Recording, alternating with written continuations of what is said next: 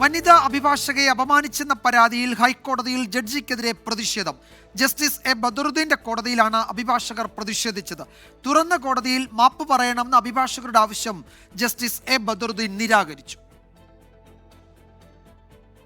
രാവിലെ 10:15 justice A ബദറുദ്ദീന്റെ കോടതിയിൽ കൂട്ടമായി എത്തിയാണ് അഭിഭാഷകർ പ്രതിഷേധിച്ചത്. കഴിഞ്ഞ ദിവസം കോടതിയിൽ വെച്ച് വനിതാ അഭിഭാഷകയെ അപമാനിക്കുന്ന രീതിയിൽ ജസ്റ്റിസ് എ ബദറുദ്ദീൻ സംസാരിച്ചുവെന്നാണ് പരാതി.